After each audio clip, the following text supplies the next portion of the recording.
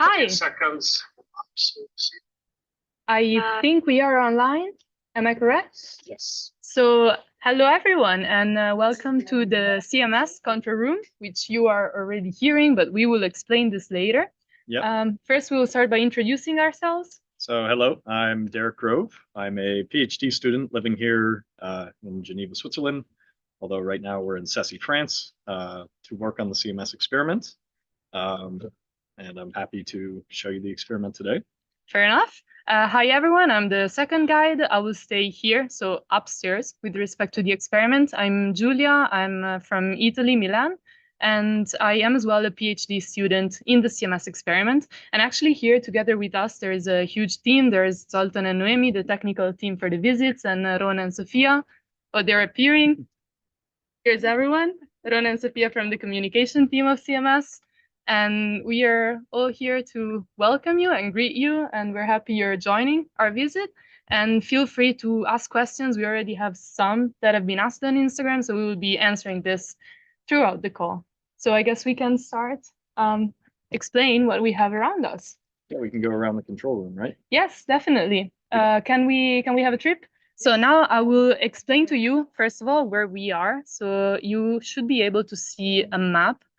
Right now, we are in CMS. You can see it on the very far left of the picture.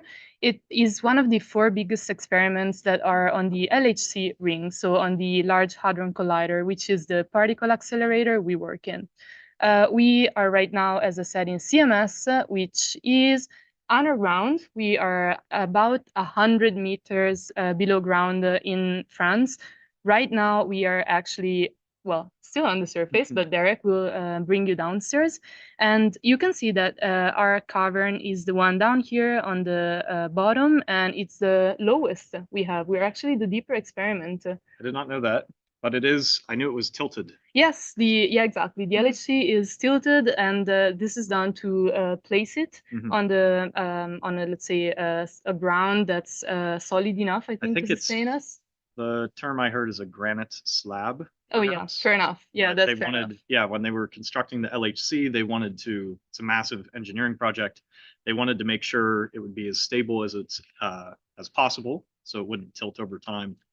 And I believe that's why they dug so deep and Yeah, built exactly. it on this. Well, this gives you a bit of an idea of how complex of an engineering effort this is. So it's not only about the physics of it. And well, also you need to imagine that, like, also for the previous experiment that was in here, we were sensitive to like the high-speed trains that were passing. Really? Yeah. We could see like the vibration. There was a like, it was seen in the detector. So it's really a very precise experiment that we're running here. And I guess we can walk you guys around the control room. Yes, we can. Can we ask for... Thank you very much. So there we are. This is the surface control room, which is where we have all the PCs that control and monitor the experiment that's running underground. As you see, there's a lot of monitors. Here we are. Hi, you guys. Now I think Derek and Noemi will walk you through all the spots, and we... Okay, Noemi will walk you through the spots, and we will explain what they are a bit. So, okay, you go first. This is the technical spot. Okay, the technical shifter. So I know the shifter mainly as the person that owns in quotes all of the various subsystems of CMS. So for example, the pixel is the innermost layer. When we want to do something involving the high voltage, we need to get permission from this shifter for us to take control and do the sorts of things that we want to do with the high voltage. So the shifter is very important for having this kind of ownership over various sub-detectors and making sure nobody's trying to do too much at one time. A bit to the right, you see all these camera feeds. They're cameras all throughout the underground. So when we're down there touring, I'll actually be appearing on these cameras. We take safety very seriously here at CMS, so we want to monitor the underground 24/7. because well, we can't be downstairs inside the experimental area when the beam is on. So the cameras help us ensure that no one's there. There's a lot of different safety systems, so they're redundant, but we have also this, let's say, very practical, very easy one. Yeah. You see someone, if yes, that's a problem. Yes. So this shifter is the safety one also. It's like yeah. quite important one. And the Oh, that's a screen. That's a beam screen. That's actually one of the important things that we have. This is actually accessible on the web by any of you guys as well. We are able to see through this what's the status, for example, of the physics beam. Here you see proton physics stable beams. This means that we are actually right now live in the data taking. So that's the screen that we use to know the situation of our detector. Right. The screen here shows actually the status of the whole LHC. So, for example, we're one experiment of 4 main experiments. So this screen shows you the current stats of the LHC. It's important to us to keep track of what's going on with the beam. Pretty much like if they call you during the night because there's a problem and we are taking data, then you need to really get scared and get your stuff moving. I can take the chance to answer to a question that I saw appearing live. Someone asked if we get to choose the experiment we work on or if we get assigned by it random. So, okay, you're with a US university, I'm with an Italian one. So it might be a bit different by country, but for example, in Italy, you pretty much get to choose in principle because you, let's say, pick the PhD project based maybe a bit on which experiment is available, let's say, in your uni. For example, in mine, we have CMS and LHCb. We do not have, for example, Atlas. So staying in that uni, I could have not joined the Atlas experiment. But beside that, you get to choose. And you also need to know that we have, let's say, 2 experiments that are more general purpose, which is CMS and Atlas. They were built with the specific objective, let's say, to see the Higgs boson, while the other 2 are more generic ones. So now we are also showing you a picture. You see Atlas, which is the top left, and CMS top right. Those are the general purpose. I remind you, we're in CMS. While the bottom ones are more specific. So we have Alice, which does heavy ion physics. As far as I know, yeah. And the LHCb that does B physics, so a sector, let's say a sector of the standard model that is very specific. So based on what you prefer, I guess you can choose. For example, I was interested in the project that we're doing in CMS. Yes. I guess for you it was similar, right?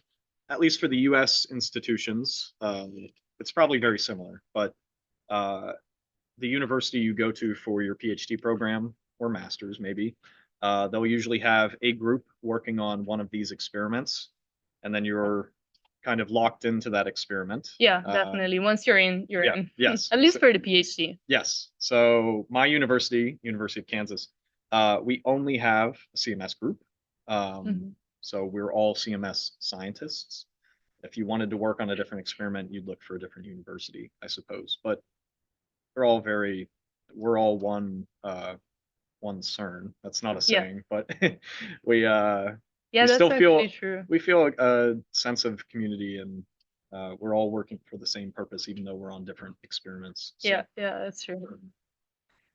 We keep showing you the control room. Please feel super free to write us questions if you want. Oh, we're the big stuff, the shift leader. Yes. Well, the shift leader is in charge of making sure all the shifters here in the room are, I would say, doing their job, but they're always doing their job. Superb. But they also communicate with all of the other subsystems. So it's usually if you're on call, there's other shifters that are not in the room during the day, but at home, but they're on call. The shift leader is the one that will usually call them to report an issue or ask some questions. The beam has dumped. Would you like to do this? So they really are in charge of making sure all of the shifters are working together in sync and all the subsystems are operational. It's a very important job. Seems stressful.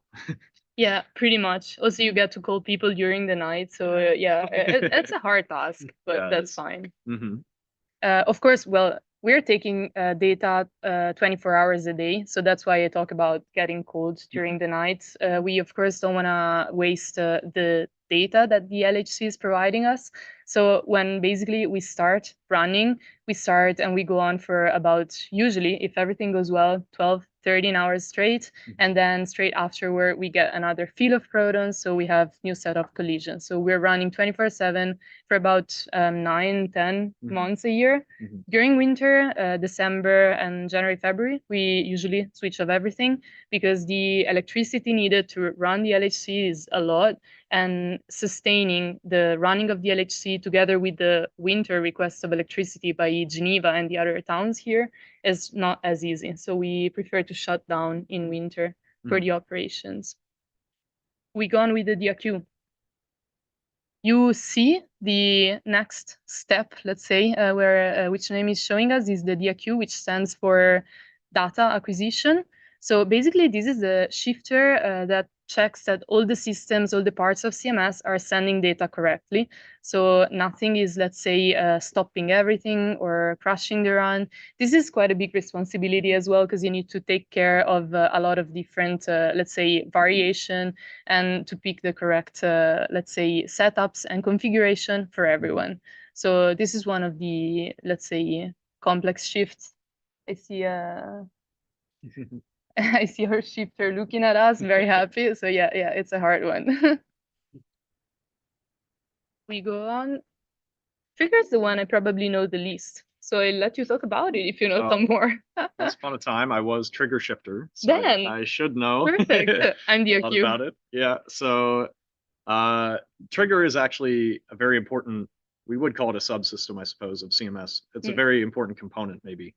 And trigger usually, we use it to filter the events that we record from the collision data.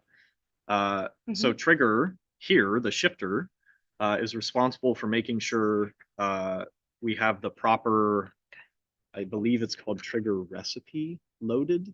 But the way you, I think that's the proper term. I could be wrong, but the idea is, you know, what percentage of what unique events are we going to record from our collision data? And they have to make sure that we are constantly recording the correct events, basically, with this certain recipe.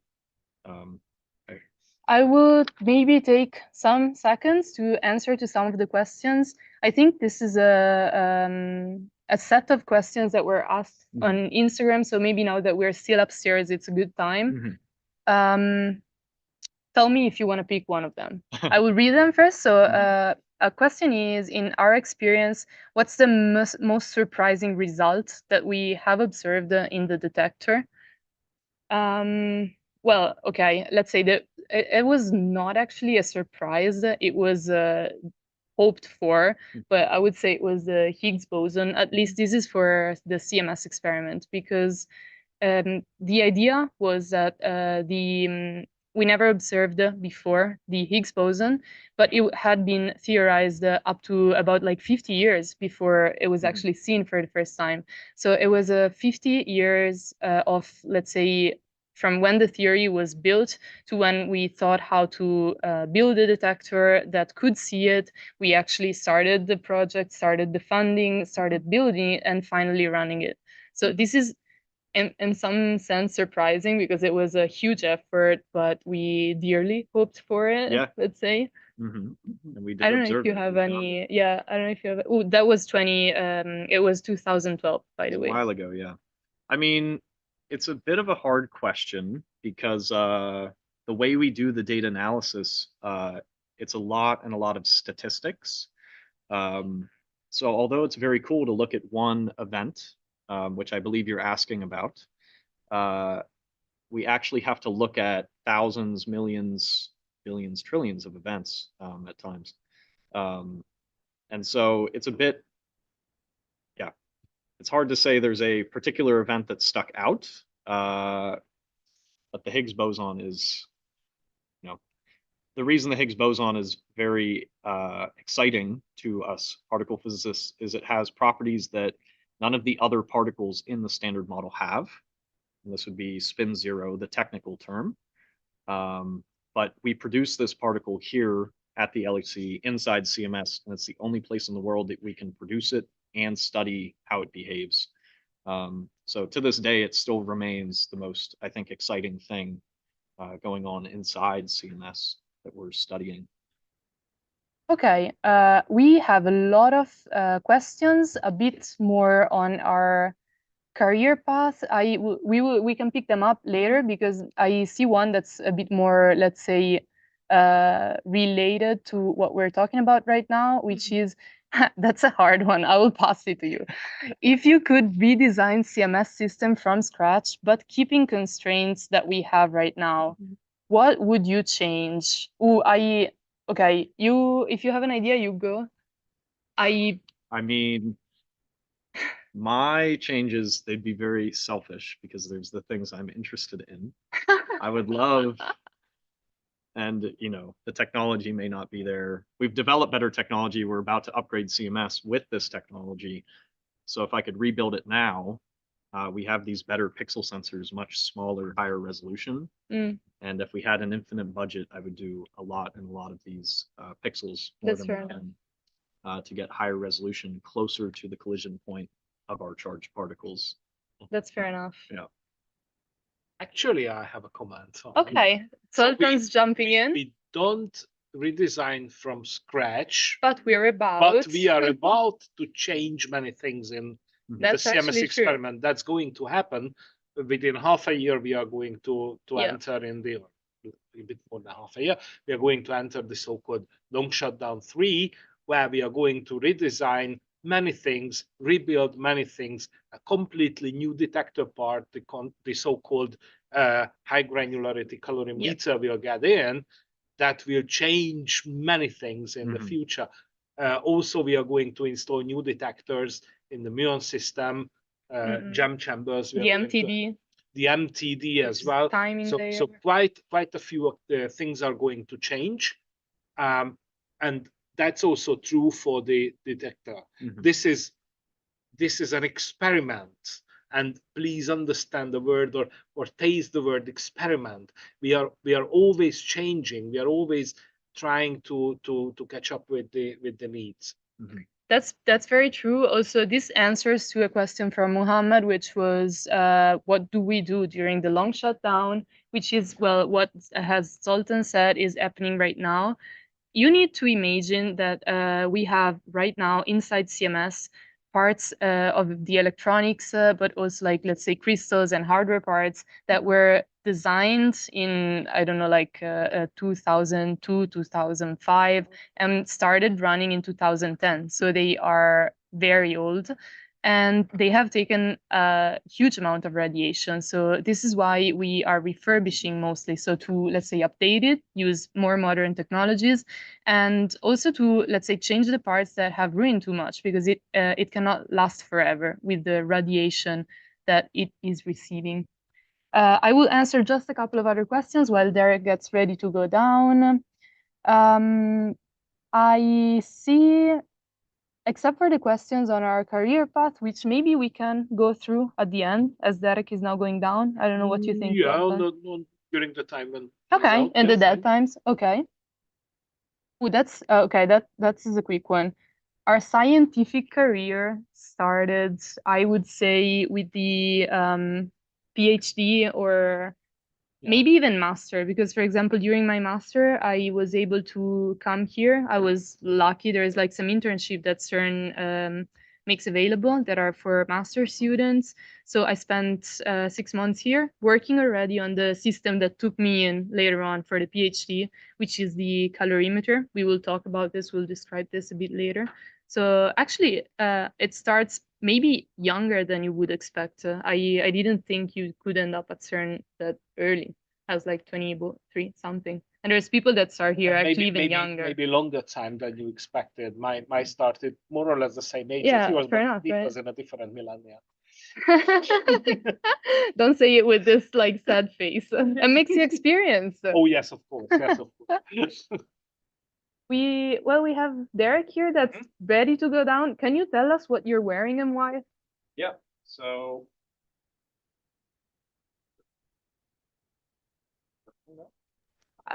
okay. So yes, what I'm wearing. So we have a lot of safety equipment here at CMS and CERN. So if you're giving a tour, which I am, you have to wear this vest that distinguishes me as a guide. But in addition to that, the safety equipment is a hard hat. Anytime you're underground, you must be wearing a hard hat. I have a personal dosimeter. So this measures my radiation dose. And we will see this is actually quite advanced because it's linked in the database to my personal body through my retinas. We'll come back to that later. But this measures my radiation dose while underground. And then I have safety boots on, or just closed-toe boots. They may be steel-toe. I can't quite remember. But again, while you're underground, it really is a workplace. You need to be wary of your surroundings and be well equipped. If somebody were to drop a tool from above, you don't want it to strike your head. So you should be wearing some sort of a helmet. Okay, so I think we're going to make our way down. But first we'll stop by the Peter Sharp room, which has parts of the detector in it. We could take some more questions while we're walking. I can also show you a picture. Zoltan, can we show the picture of what CMS is so that you have an overview before you actually get to the Peter Sharp room? So, okay, what you see here is our detector. It's a cylinder because the interaction point is here in the very center. And particles can go basically everywhere around this point. So we need to capture them at all places. That's why it's basically closed. It's, well, not hermetic. We wish it would be. What do we have? So starting from the very center, you can see first light blue layer, which is the tracker, which basically is made so that it follows the track of particles without damaging them. So the particles survive, but we're able to say where they passed. So this gives us the direction of the particles and helps us understand, for example, the charge. Then we have the other blue part, and the yellow one, which is calorimeters. They are needed to measure energy. So basically, a particle passes through it and dies there. So it releases all its energy, and we measure it. Finally, the only particles that survive are passed through the external side, which is the white bars within the red, which is the muon chambers. The muons are the only one that interact so little that they don't release all their energy in the previous layers, and we measure them here. We also have the white part in the middle here, which is the solenoid or magnet that bends the particles so that, for example, we're able to measure its momenta, and also we're able to tell what charge they are. If there were no magnetic field, they would go straight and we would miss a lot of important information. I will stop bothering you. Oh, this is a picture of the, let's say, a slice of it. So you've got the tracker that doesn't stop the particles, but tells you where they passed. Then we've got the two colorimeters where they die. And finally, just the muons survive and hit the outside chambers. So this helps us to, for example, detect electrons in the first part and photons. Then we've got in the hadron colorimeters, the hadronic particles, and finally muons. I will let now Derek show you the actual parts of the detector. Thanks, Giulia. So we're in another part of the above ground facility. This is called the Peter Sharp room, named after Peter Sharp. But we have various pieces of CMS all around this room. And so we're going to go around, and you can imagine that you're a particle that was produced at the center of the collision. And this is your journey, outwards through the CMS detector. So the innermost part of the detector, the first thing the particles go through, or we would go through, is the pixel detectors. So up close, they look like this, which is just a gray sheet of silicon. But they are actually, if we look on this screen, very tiny pixels. So these are actually not unlike the pixels in your phone camera, but every single one of these tiny rectangles is a particle detector on its own. When a charged particle goes through this pixel, it disturbs the electrons in that pixel. And then we would see that as just a little pulse. And that's really all we want to see, is just, did it hit here or did it hit here? And then you can imagine in 3 dimensions, if you have a couple layers of these, you have a hit, a hit, a hit, and then you draw a line through them. And that's how we get what we call a track. That's our very first, you could say, very first part of the reconstruction of the charged particles. If you have a neutral particle, they do not interact with the pixels. So that has some interesting implications for their identification. Also, pixels are part of the tracker subsystem. So often we'll just say tracker, but tracker is made up of two things, pixels and these silicon strips. So the pixels are 3 layers. They're closest to the collision point, and they're the most radiation damaged detector by far. They have the highest flux of radiation through them. But they are crucial for reconstructing these tracks of the particles. If we look here, these are some examples of the silicon strips. So these are what is immediately right outside of the 3 layers of pixels. We then have 10 layers of silicon strips, and they're similar to the pixels. They're a bit cheaper to produce, and they are more radiation hard. I mean, they last a bit longer. They're also receiving slightly less radiation since they're a bit further away from the interaction point. However, it's the combination of these strips and the pixels together how we get these very high resolution tracks for the charged particles coming out of the primary vertex. So this image here shows you the trajectories of some of these particles. And so we actually have to, disentangle all of these different trajectories from one another. So it's not an easy task. There's some more technical details. When we cross the proton beams, there's usually about, this will be the high Lumi upgrade, I think. There's multiple collisions, actually, when we cross the proton beams. There's about 60 collisions right now per bunch crossing, and bunch crossing is just the bunch of protons when we cross them. They're like little handfuls of protons. And so we have to be able to disambiguate these 60 different collisions from one another. And that's largely in part due to the resolution of this pixel and also the strips. It's a very, very challenging technical, I'm missing my words, but it's very challenging. So Hey, right Derek, outside can of the I ask you tracker. something? Wait, Yeah, I have of a course. question on the outer tracker here. So Yeah. I will send that to you.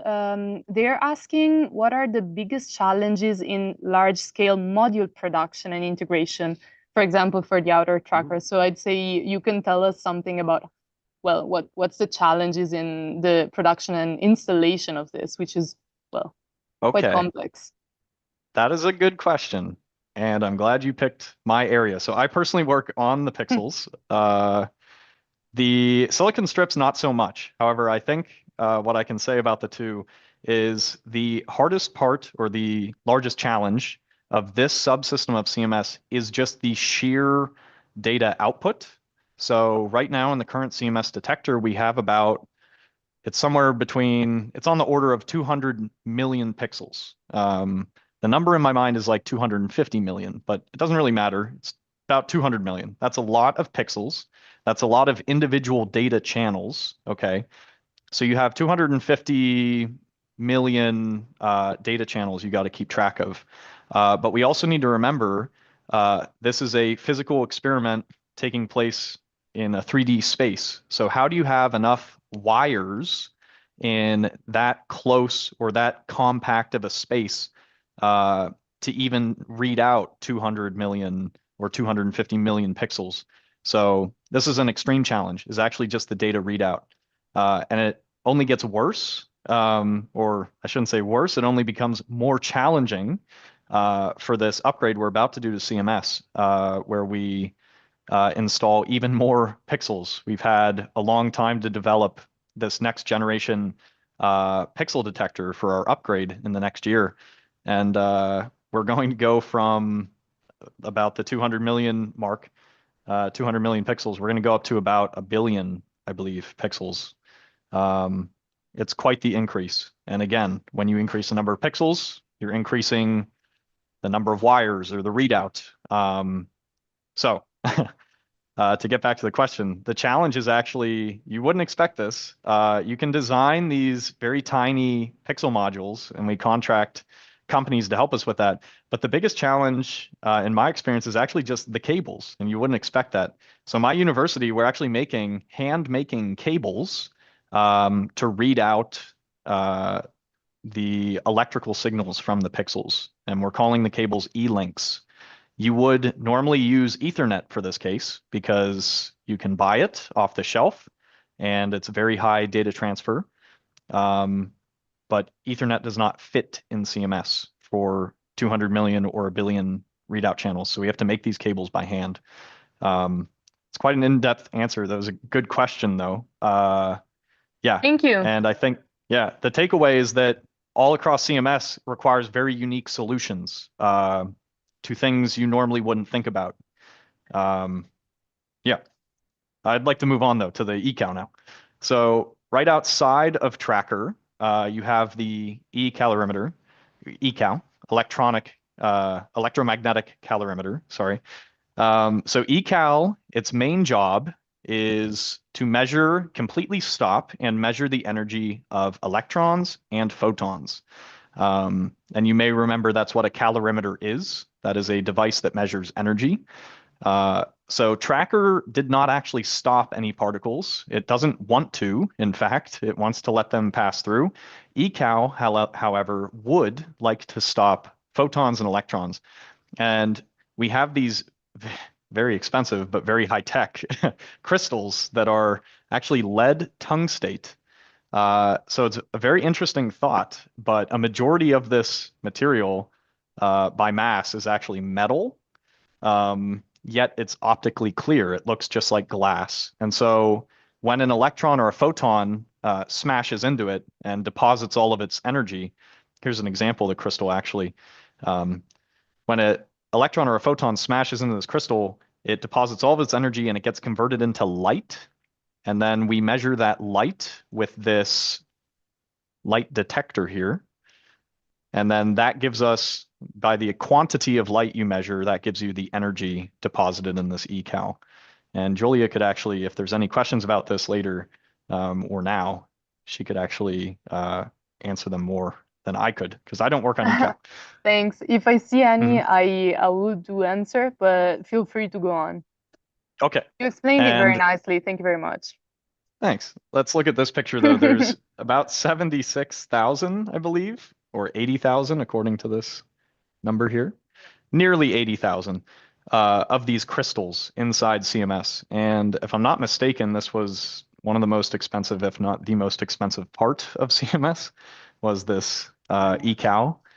And it's very, very performant, though. I would argue it was worth the cost. Okay, so right outside of eCal, we have HCal. Has a similar job in the fact that it wants to stop and measure the energy of a particular type of particle. In this case, it's the hadrons. So HCal stands for Hadron Calorimeter, and hadrons are particles that are made of quarks. These would be examples of these would be even like a proton or a neutron. So you could have charged hadrons coming out of your collision. You could have neutral hadrons coming out of your collision. But in either case, they should be completely stopped by HCal, and we could measure their total energy. We're going to speed up here. But right outside HCal, we have the solenoid. And here's a chunk of it. In the middle of this metal bar is the actual part that carries the current. This is a superconducting material, niobium titanium. And this material at the middle needs to be at minus 270 degrees Celsius in order to be superconducting. And we want it to be superconducting so that we can pass an enormous amount of current through it and get a very strong magnetic field. So the solenoid was the heaviest part of CMS, and the crane we brought in to lower it, I was told a story that the cables even started to snap, one of them, by the time it was near the bottom of the shaft. So it's a very, very heavy solenoid. but it gives us this very strong magnetic field. We will kind of rush through these ones, but they can all be categorized as they're muon systems. So anything that wasn't stopped by ECal would be a hadron or a muon. And then anything that's not stopped by HCal should definitely be a muon. It's not always 100% the case, but it's usually the case. And so we have many different muon systems that are going to get the tracks and more information about these muons that make it through the solenoid even. And so I won't say much also because I don't work on the muon systems. Most of them operate under a principle that you have a noble gas inside of this material, and the muons being a charged particle, they will knock the electrons off of that gas. And then again, you're just detecting this excess of charge in some of these locations in the detector. And that's your hit for the muon. So while you go downstairs, I will yes, like take the time to answer a question specifically on muon perfect. that was asked, which is how do we distinguish between the muons that are actually coming from a collision and the ones that are coming from outside? So that are, for example, I don't know, cosmic muons. And actually, Zoltan is the expert on muons, but he was just telling me that with the trigger, the muon trigger, we have systems that are able to detect whether a muon has started from the center of the collision. So if it's passing through, let's say, the first, second, third, and fourth muon chambers at the correct time for the muon to be not coming from the outside, but from the inside. So let's say the easy idea of the algorithm is that it passed first in the innermost chamber, then in the next one, then in the next one, then for sure it's coming from the inside and not the outside. So let's say this is a bit actually what happens for all the detectors in different flavors and different ways. Right. Okay. You guys want to go downstairs or? Yes, I'll just point to this real quick, less than a minute. So Oh, all we're those showing it. ideas. Oh, sorry. Oh, no worries. So It's good. this picture conveys just those ideas where you have your tracks here from the center of the detector, you have your collision.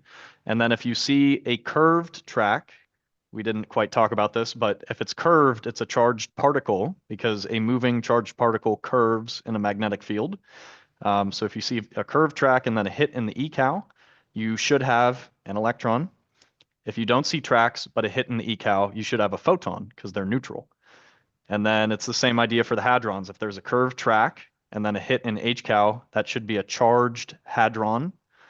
No tracks and then a hit in HCal would be your neutral hadrons.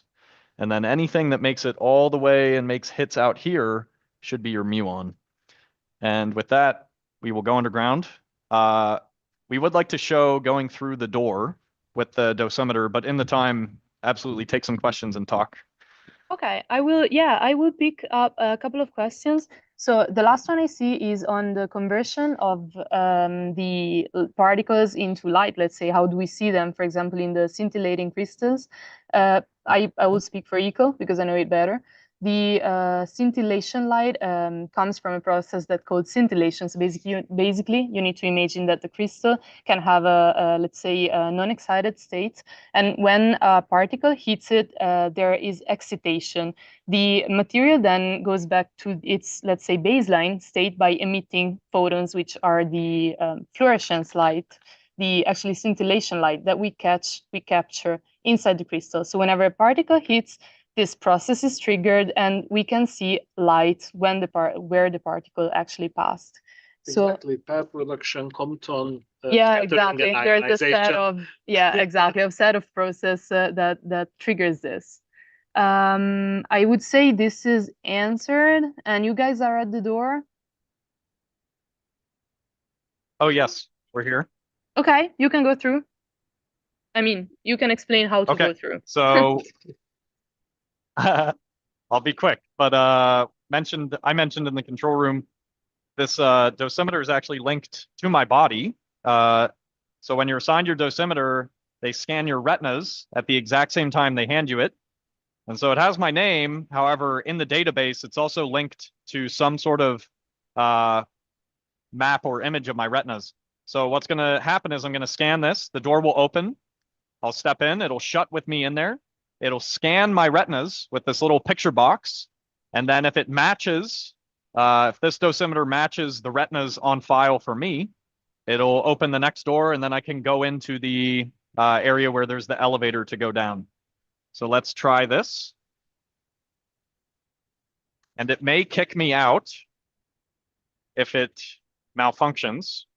However, okay. So it took a picture of my eyes. And I think my glasses messed it up. Sorry, cannot confirm your identity. So I Ooh, must you're try hearing again. the machine saying sorry. Well, in the meanwhile, Oh, really? You can hear it. yeah, we can. I mean, I could. Indeed, the machine didn't feel any sorry. Yeah, Take some more exactly. questions. Yes, so I have, let's say, an answer to one of the most recent questions that we got, which is, does recent AI advancement allow us to distinguish and label data easier, and how, well, when was it implemented? And we have another one that's similar about AI helping us to filter events. Both actually, the answer to both questions is, yeah, AI actually helps us. So we have several machine learning algorithms that are running mostly, though I think we are developing them for the high luminosity phase. We're working on several different aspects. One of the problems of machine learning is that we needed to be fast enough to cope with our rates that are very, very high. So we have a collision every 25 nanoseconds. So we, for example, we're trying, I know like some of my friends are working on implementing machine learning on FPGAs, which makes it much faster. FPGAs are some sort of a, let's say, hybrid between doing things hardware and software. So they're much faster than, for example, let's say coding a neural network in Python, as maybe many of you have also tried. So yeah, we are working on using AI more to help us with those discrimination. You're in the elevator, so probably we're gonna lose the connection with Derek. Oh yeah, we already lost it, but we have some fun facts about this elevator, so I will answer this. The elevator is actually the safest spot that we have in CMS. So they always tell you not to take elevators when there is, I don't know, a fire or an emergency. This place is the exact opposite. So you need to take the elevator. We are going downstairs of about 100 meters. So it would be too slow to walk back up if there's a problem. Plus, the elevator has a pressure that's controlled so that it's always, the pressure is always a bit higher inside than in the cavern. So for example, if there's the release of some gas, for example, from, I don't know, the Muon system, have some poisonous gases, if this leaks out, this will not get into the elevator. So just by running to the elevator and staying there, you'll be able to breathe fresh air. Of course, we do have safety masks. You'll probably see them. Derek will show us one probably soon. But this is one of the safety measures that we have implemented. I'll give it back to Derek because I see he is under like the hole. Yeah. So we rode the elevator down, and we did lose our connection, unfortunately, for a moment, but we're back. So right through, I don't know how visible it is to you guys, but right through that cement door, it's labeled UXC55. That stands for the experimental cavern. And just on the other side is the CMS detector. All of that thick concrete is actually what keeps us safe and absorbs all of the radiation coming out of the collision. And it allows us to be so close to it, yet be completely safe. We can try to look up to see just how deep we are. So we are 100 meters underground. This is a shaft. I'm actually unfamiliar with what this shaft specifically is for. Oh, it's the one where Okay. I'm pretty sure this is the shaft where they dropped the CMS down. Is that right, Sultan, or is it the second one? Oh, that's a smaller one. Okay. The other one Yeah, is because probably exactly at this at the line. top. right. Okay. This is not the shaft that CMS was lowered down, but it's right beside it. So our elevators here. We're going to go into the counting room now. It's our nickname for it, but this is the room that has a lot of the hardware and the readout electronics that are required to keep CMS operational.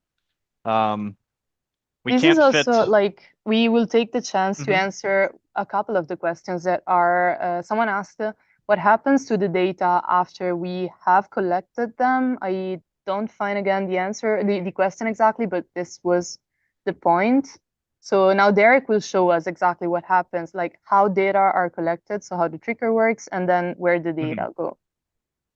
So trigger, I mentioned upstairs. Trigger is responsible for filtering out what events we want to keep and which we want to discard. We would keep all the collision events if we could, but it would amount to, I think, like petabytes per second of data readout, and that's just not physically possible. So trigger is very crucial for selecting events that have, for example, you could say, I only want to record events with 2 muons, and then trigger will watch for events with 2 muons, and when that occurs, it will read it out and store it to a hard drive. But otherwise, it will just clear the memory. This is what we did for the Higgs boson, Mhm. for example, because Mhm. we know that it decays, for example, to 4 muons. So we were super interested in all the events that had featured 4 muons at the same time. Not only, though. Also, there's, let's say, other interesting signatures. Yeah, and then also what I want to show you is some of the readout electronics. So for the pixels that I was talking about, these are the pixel feds. And what I can point to here is these cables that are like a cyan or a light blue. They're actually fiber optic cables, and they're coming right from the CMS detector. So because we have such a strong magnetic field inside CMS, we actually don't want to keep or we would like to convert our electrical signals to optical as quickly as we can. Not necessarily for speed, but just because it's easier to transfer this light information all the way outside of CMS. And then it's that type of signal, fiber optic, is unaffected by the magnetic field. So all of these feds are crucial for the data readout of the pixels. They receive the collision information over these fiber optic cables, and then they actually do some stuff with it and transmit that data off to the next part of the readout chain. But it's a massive operation for each subsystem. I believe every subsystem probably has some sort of electronics in this room. I'm only most familiar with these ones because I work with the pixels. So an example of what it's like to be on shift also is one of these went bad and we didn't know which one. So we had to just come down here on the fly and look for which one had the lights off. And when we found it, we pulled it out, put a new one in, programmed it. It took about a couple hours to tinker with it, but we got it operational again, and then the experiment could continue. But that's kind of an example of what it's like to work on this experiment. You never know what's going to happen, and you have to be ready to fix things as quickly as you can, because the entire detector depends on each subsystem to do its job. If you want to answer some questions, we'll walk just a bit further.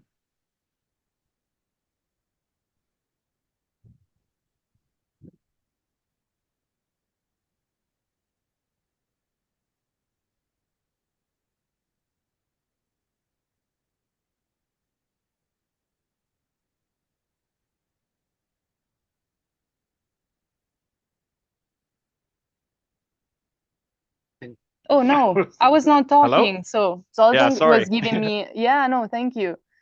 Zoltan was giving me the camera because someone asked if we like ducks. We do like ducks a lot. So you're seeing that I have one in my hands. The reason why we like it is that Derek was talking about data acquisition. Data acquisition is in short DAQ, but if you're not spelling it, you read it DAC. And that's why specifically in the DAC part, we've got so many rubber ducks. And yes, this is, I don't know if this is just CMS or this is everyone. Maybe it's our thing. I don't know. I like to think it that way. So that was the DAQ question. And I have a question on the solenoid. I don't know, Derek, if that's a good time. You tell me. Yeah, we can answer it. Okay. So someone's asking, Kaveri is asking, how are the minus 200 degrees maintained? Yes, okay, that's actually correct. So we're just, the solenoid, I think, is just 1 or 2 degrees higher temperature than the outer space. So we are creating really cold places here. The LHC vacuum as well is that cold, and the rest of the systems of CMS are kept, let's say, at controlled temperature, but much higher. So we're talking about 0 or 10 or room temperature, so 20 degrees. So we do cool things down in general, both in CMS and in the LHC, with, for example, liquid helium and this kind of gases that are not gases anymore when they're that cold. So this is one of the, let's say, the strategies that we have to keep the cold. And this is one of the gases, for example, that could be, or liquids that become gases that could spill out of our detector if we had any problem. That's what I was talking about before. So I would say that was a good question. I hope that's answered. And we can answer another one, which is, if in order to study all the different trajectories in the detectors and so on, we need to consider particles as classical or wave function. I think we for sure need to take into account that they're moving at relativistic speed, like we're in relativistic regime, but we consider most of them as classical. There are some processes that like require to take into account their quantistic behavior. It's not really two separate things. We look at them the way we need to for each specific task that we have. I think I'm answering, like, this is the answer, right?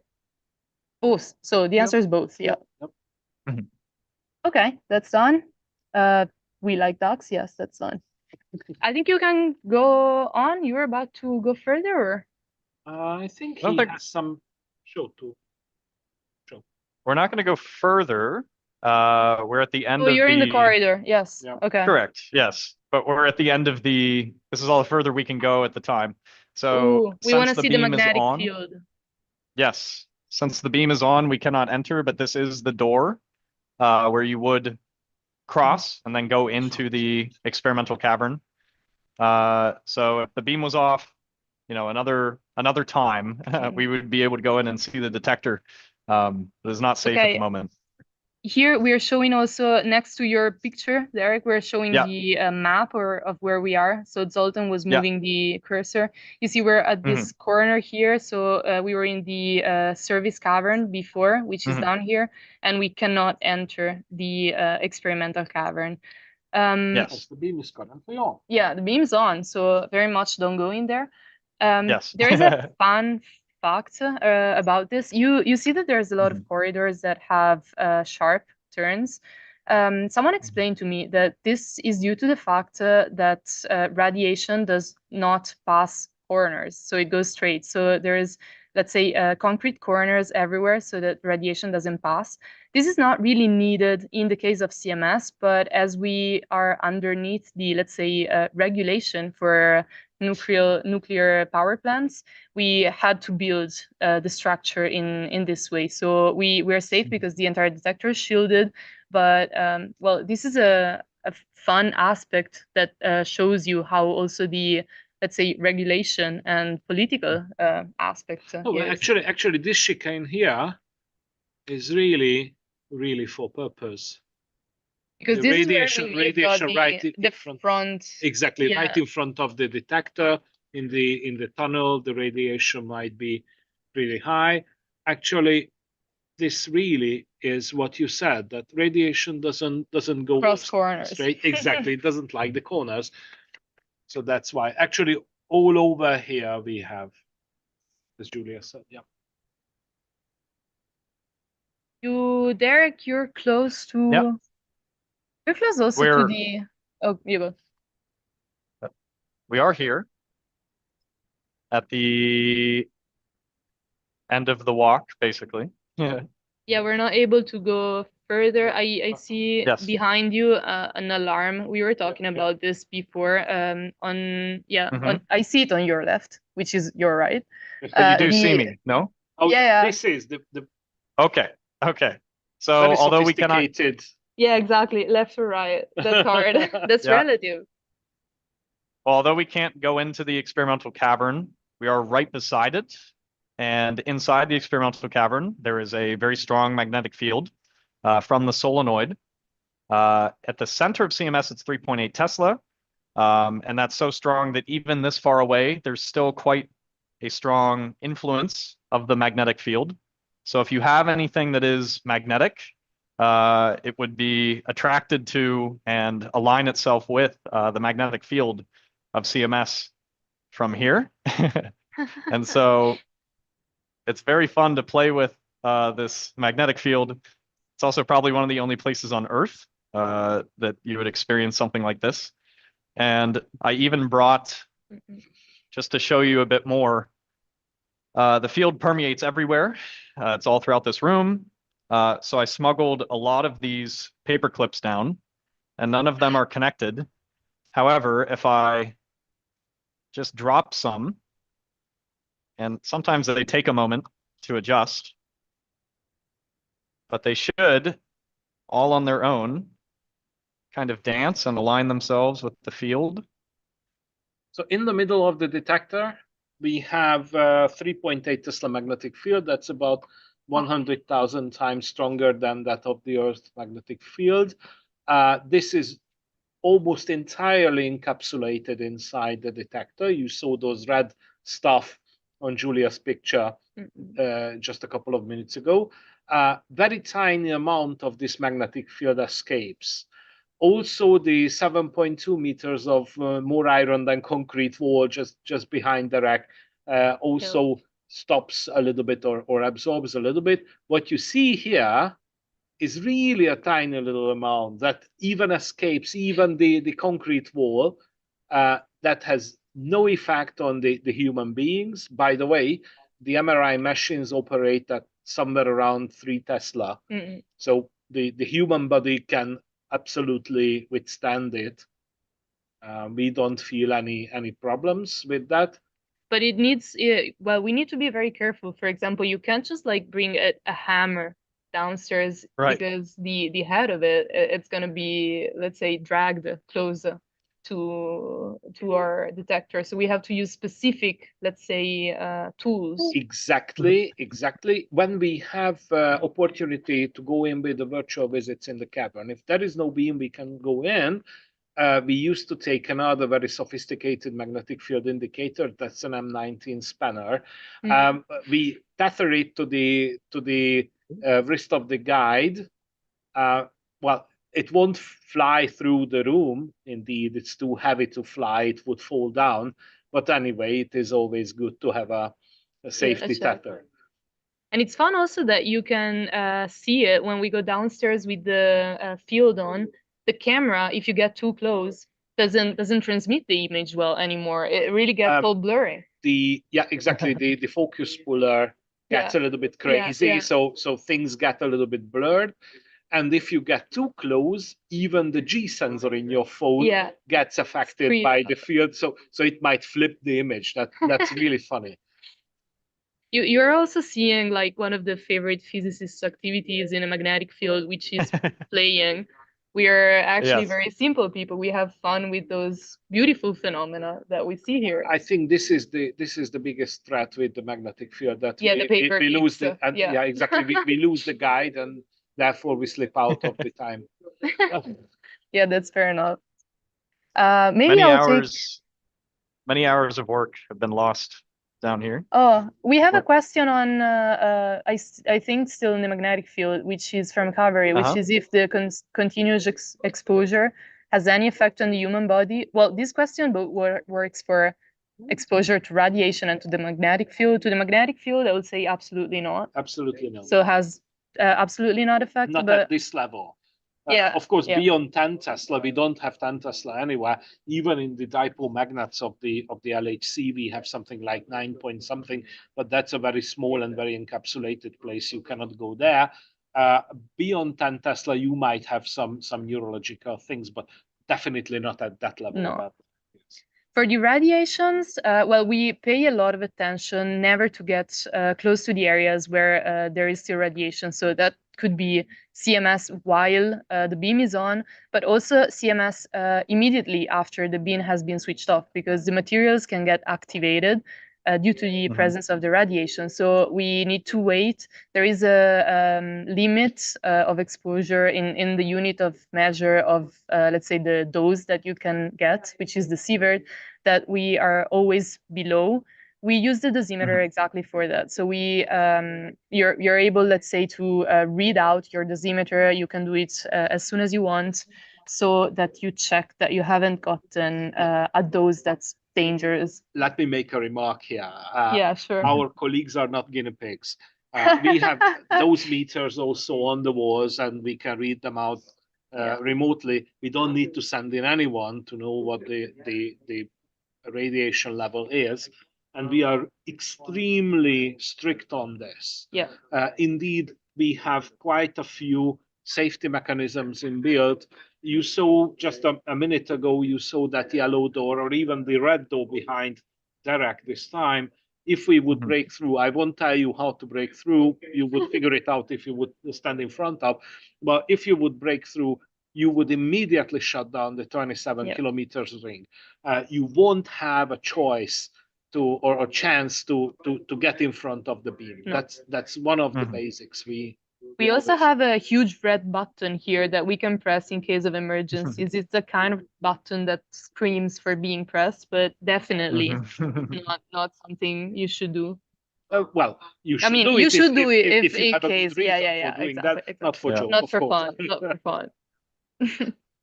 Derek's about to show us the. I'm here with yeah, mask. you'd mentioned it, so I thought I'd show. This is the self-rescue mask. So some areas underground, not the one that we're in, require you to carry this mask with you at all times, and it's actually stored in this metal container. So for convenience, this is all it is, and it's hanging off your hip. And in the event of a gas leak or something that would push all the oxygen out of the air, even like a fire, if you're in one of these confined spaces, you're trained to be able to put this on in, I think, like 30 seconds or so, but very quickly. Yep. And then plug your nose and you breathe in and out of this tube. And this can deliver oxygen to you for up to 30 minutes to get to safety or wherever else you need to be. And yeah, so it's another safety device. I've not heard of any stories of people needing to use it, but we are Once I trained used to it. use it. And Really? I used the Really? real one. I was the trainer, indeed. Oh, I okay. had to try it. and so inside that This is really room fun. is Okay. This is an This is oxygen the- regenerator. It regenerates the oxygen from your Oh, really? exhaled carbon Okay. dioxide through a chemical process. Right. You don't Yeah. need to have any atmospheric oxygen around. Wow. That's like there is technology and fun stuff, interesting physics stuff, literally everywhere here. Oh yeah. I have a, okay, if you don't want to say anything else, Derek, I have another question on the magnets, as we were talking Yep. about this earlier, which is if our magnets, LHC magnets, are the strongest on Earth. As far as I know, the superconducting solenoid of CMS is the strongest superconducting solenoid of the Earth, but that's quite specific. The magnets of the LHC are Exactly. extremely more They like they are somewhere around 9 Tesla. yeah, exactly. And there are Much more powerful. some magnet labs where they can go up to several tens of Teslas. Yeah, exactly. The volume, however, is much smaller. So this is the biggest superconductive magnet with this volume. Because the bigger it's called the yoke of the magnet. So the biggest the size of the solenoid, the more expensive the solenoid it is. And technically challenging. And technically, it's we have a challenging. 6-meter bore. Yeah, that's So- huge. A person. Once we joked with we had visitors from an MRI company, Mhm. and we told them that your bore is somewhere around 70 centimeters where the patient goes through. Yeah. We have 6 meters. We could bring in an African elephant. Jesus, that's true. That's fun. I have a lot of interesting questions to answer. So I don't know, Derek, if I'll go on with this. I'll start from the last that we have and then go back. So they are asking us, how does CMS contribute to the search for particles beyond a star model? So supersymmetry or extra dimensions. So as I told you guys, CMS is a general purpose detector, which means that we're able to see all kind of particles. So we're able to detect electrons, photons, protons, and so on. And that helps us because we're able to have an overview of the physics that's as general as possible. So basically what happens is that theorists, for example, people that work on supersymmetry, tell us, for example, if this supersymmetric particle exists, I expect it to decay after it's been produced in, let's say, I don't know, 3 muons and electrons with this energy and this characteristic. So what we do after that is that usually PhD students start analyzing the data that have been collected and try to look for an event that has the specific characteristics that we were told. This app, well, actually, we search for a lot of events, so we need the large statistics. This is exactly what happened with the supersymmetry particles. So we've searched for many of them, and so far we haven't had any luck. I will take a minute to talk about another aspect of searching for new particles that we have been exploring now, and it's also making large use of AI, which is the search of particles in a, let's say, agnostic way. So basically what we want to do is, what if the theorists haven't come up yet with the theory of a new particle? So supersymmetry doesn't seem to be working. We haven't found it yet. Can we, I don't know, look for something that's anomalous, but we don't really know what's the theory behind it? So that's what we're trying to do. For example, Derek told you about the trigger, which selects events based on what the theories tell us to look for. Well, we're trying to overcome this limitation. So we're setting in place a system that's called the scouting, which is able to read all the data that we're collecting. So without, let's say, the trigger filtering them. We read data at every collision, so at 25 nanoseconds. And you might ask, why didn't we do that from the beginning?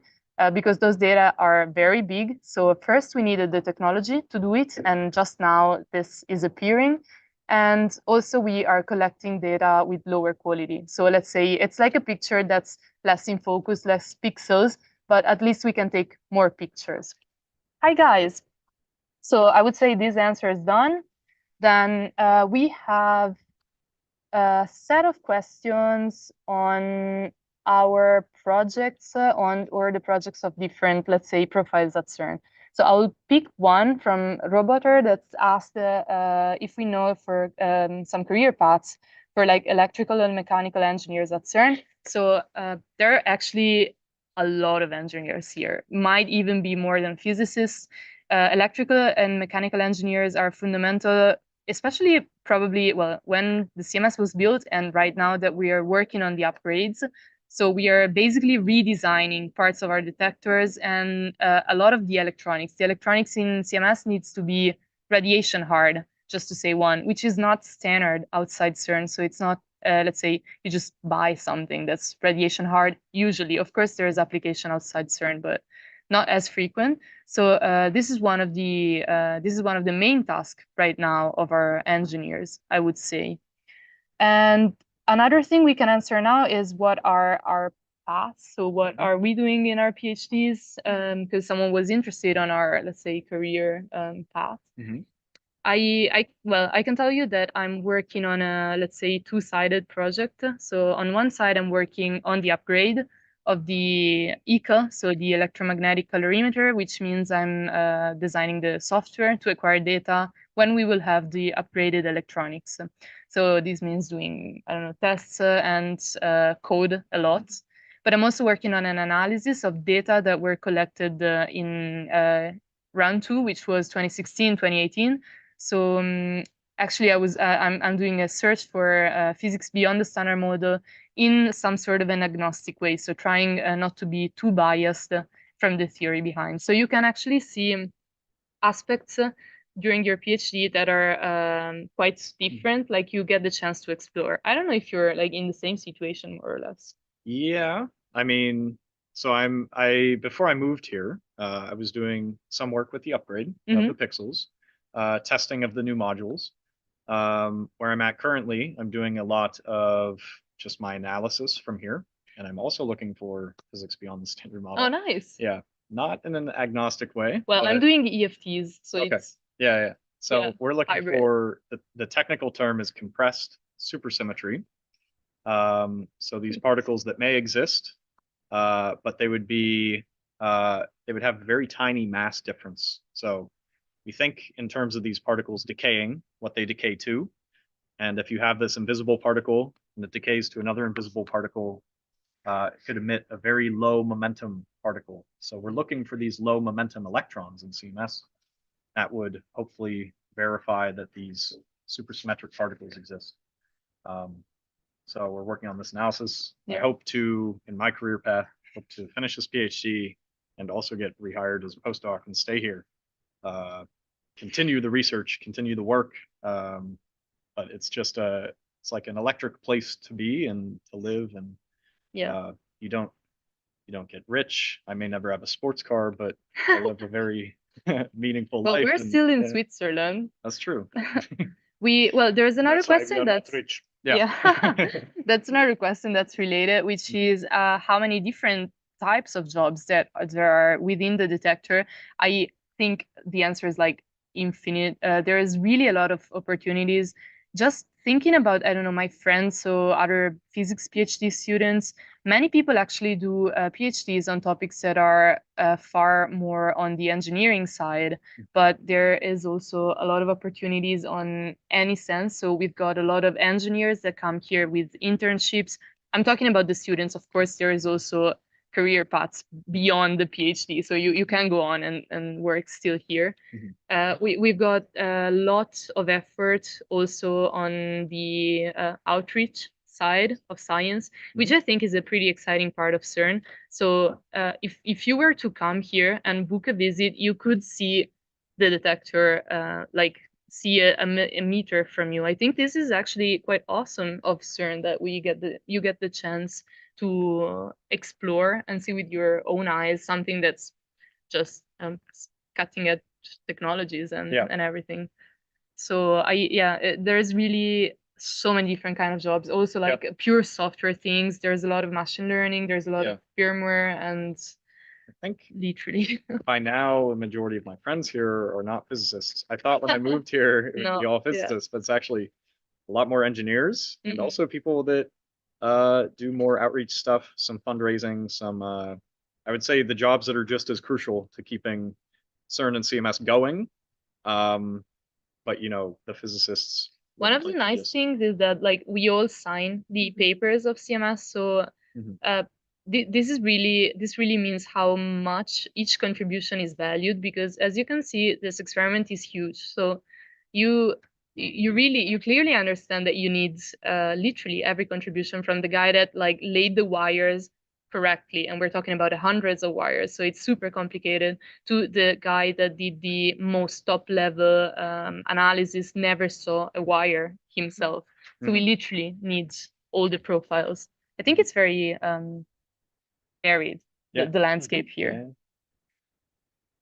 What advice would you give to young people who aspire to become a physicist? Then we also want to know it from you, Zoltan, from a more experienced perspective. Oh my God. My advice. Very important to keep your interest in new things. You will see if you get here that this is the place where you can be creative. Actually, this is what I feel during the past decades. That I can be unlimitedly creative here. And this is something that is very fascinating being here. Apart from the physics topics that you both mentioned, I wish I would participate even. So these are extremely interesting being here. So for the new guys, but you don't need to be a physicist. This is what you just told. So in order to get here, first of all, you don't need to be born here. Oh, absolutely. The second is that you don't need to be a physicist to get here. All the engineers are welcome. We need quite a lot of computing specialists, electronic engineering, but also we have mechanical engineering needs Yep. actually non-standard mechanical engineering, Definitely. together with all the state-of-the-art technologies like the simulations of how the mechanical pieces withstand the different loads, but also even the civil engineering is needed here. Mm. So you might imagine that, as you just said, the full spectrum of people are welcome. This is one of the best places in the. Yeah, it's also true. You mentioned like the how international CERN is. So there's several countries that are called member states, so directly finance CERN, and for those for people belonging to those country, there might be some more opportunities, but I actually have seen people coming from basically most of the states. Actually, the US is one of the most We're not a present, member and you're state. not Yeah. a member state. Yeah. Also, you don't need to be, I don't know how it works in your countries, but you don't need to be from a, I don't know, insanely rated university Mm-mm. to manage to get here. There is a big culture of learning on the spot, also Mm. because it's very hard that you've actually already worked on something that we're doing here. For example, I see it as a PhD student, until you get there Mhm. on the, let's say, hardware software side, you have not probably worked on that during Mhm. uni. Absolutely. Mhm. Analysis is also different from, let's say, quantum mechanics classes. So Mhm. it's really, you start from scratch here and you develop as a physicist and not only as a physicist. Mhm. So And also, yeah. I would like to emphasize what you just said, the multicultural environment. Yeah. Even at this moment in this control room, as I look around, we have 3, 4, 5 different languages Yeah, actually at least. Yeah. Yeah. At least. This is absolutely cool. Yeah. Yeah. Mhm. Yeah, no, that's really great. So you also grow on a, let's say, human side. I have another question for you guys, which is, I think that came on Instagram before. What is the most difficult thing that you have ever done? I think I do have one, but it's not, well, Related to physics, no? So, well, or- mine is related to, I don't know, like the hardest part of the way. We have Mhm. 10 minutes. Okay. The hardest part of the way for me was the beginning of the bachelor. So I did a high school that was quite more related to humanities. So when I switched to physics, the beginning of my bachelor degree was very, very hard. Also, it was very hard to maintain the motivation. Mhm. I think my uni friends saved me. So we helped each other studying and we all got through it. But yeah, this was my hardest part, let's say. It was not at CERN, I'd say. I think it's similar. During my bachelor's, there was a moment where I had to. I did not go into my undergrad as a physics major, so I had to relearn a lot of math that I told myself I wouldn't need in the future. So I kind of did it to myself. But I think it says something overall. If you want to uh, succeed in physics and really like kind of pursue this career path, you need to get comfortable with teaching yourself things, new things. I've had to do that actually every single day. Yeah. You don't know something and you cannot always rely on somebody else to teach you. Absolutely ask people that do know things. They could explain something to you. I've learned just as much from other people. But it's a almost like a seesaw. You have to learn from other people, but you also have to teach yourself. And it is a tough thing, I think, to know you don't know something and be humble about it and work it, actually learning it, whatever it takes. So I will now pick a couple of more technical questions. So one is if we differentiate between charged and non-charged particles. We do that, mainly of. Let me just Oh, close it. thanks. Yes. We do that thanks to the bending of the particles due to the magnetic field of the superconducting solenoid. So, for example, you see here this red thing is an electron. If it were to be a positron, it would be turning the other side. So that's one of the reasons why we need this magnet.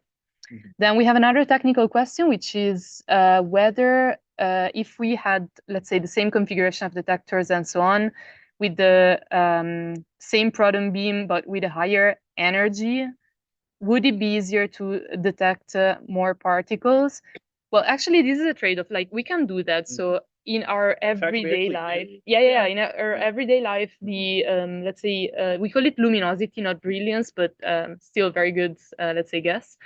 The luminosity can increase. For example, when we start running, it's at its peak, then the pack of protons, so the beam deteriorates and it goes a bit lower.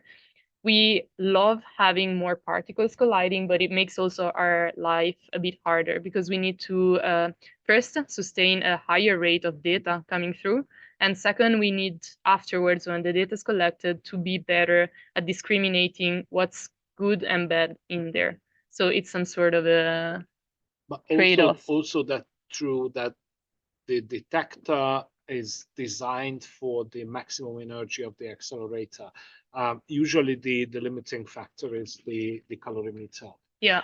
We become we black. have to fit in the calorimeter. Yeah, and the particle avalanches. So if we would make a much bigger accelerator, then probably the calorimeters would need to be bigger. Therefore, the detector will become a little bit bigger. This is always working in hand. So yeah, that's very true. We have a couple of other quick questions. So if it's possible to conduct research abroad, absolutely. Yes. Like, yes, we are That's how I started. So in the US at my university, I was working for CMS for probably 2 or 3 years before I actually moved here. And I was an author on CMS without ever having been here in person. Because here is cooler. Well, yeah. So yeah, it's absolutely normal though. Like the amount of people working on CMS, if you consider all the people that are not here in person, is really incredibly large. It's at least 90%. Yeah. We are over 5,000 Yeah. in the CMS collaboration, and I don't think that we are more than 500 here, even less. Yeah, exactly. Yeah. Then we have another question about what do we like most about your job, our jobs. What about you? There's a lot of things I like about my job. And there's a few things that are tough about my job. What I like the most, I think, is that I have this liberty to keep learning every day. And it's very funny. Sometimes, and I like engaging with the public because sometimes a simple little question will actually point out, oh, I actually didn't fully understand this one thing, and it's another opportunity to learn. But day in and day out, I'm learning and improving certain skills and learning more about particle physics in general. It's just a rewarding thing to have a job where you're always doing something different day to day, within reason, and you're learning constantly. So I love that. Yeah. That's fair enough. I think for me the answer would be this. And I also particularly like doing the, let's say, hardware and software side where you have a problem, you have something in front of you, you make it work, and you actually see the practical result of things.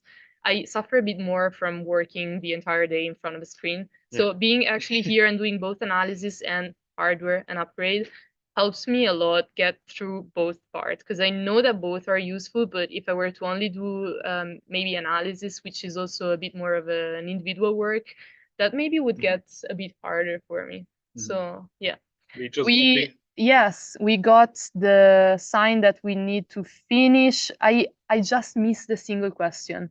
Can I answer it? Yeah, sure, go ahead. So the last question I will answer, because it's the last one I got, is from someone that's studying applied physics and would like to ask what are the careers at CERN that follow this direction. This is actually the widest. That's a very broad question. Yeah, that's the widest spectrum. Like for Yes. applied physics, you have everything not only inside the detector itself, which is what we talked about. So we're both working a bit on applied physics, Mhm. but also on other aspects of the LHC. For example, there's a lot of other detectors, some that are not even mounted on the LHC that study all sort of things. There's, for example, an experiment called CLOUD that study the way clouds are formed. So there actually the page of CERN where they advertise job position or at least internship position is, in my opinion, the best spot where you can have an idea of all the possible options that you can follow. But there's everything from software, machine learning to electronics and hardware development. Mhm. So I have it friends really, that work on the beam. yeah, they beam do a laser thing. department is a huge thing. Yeah. Like they make us, they make Yeah. everything for us. Cryogenics. Cryogenics is a big part. It's any cutting edge area Yeah. of engineering. I would There's say. also a lot of medical Yeah. physics because, for example, beam technologies are used also for hydrotherapy, which is used to cure cancer. But also the same crystals, similar crystals to the ones that we use inside CMS are used for the PET scans. So for the detection of cancer particles and cancer cells. So there is a very, very, very wide range of opportunities, not only high energy physics related. Yeah. So, Exactly. yeah. I don't know. I think we should say goodbye on this Yeah, note, I think that right? the time is up, but it was very, very interesting, very fascinating. Yeah. This visit. Thank you very much for Thank the you very much.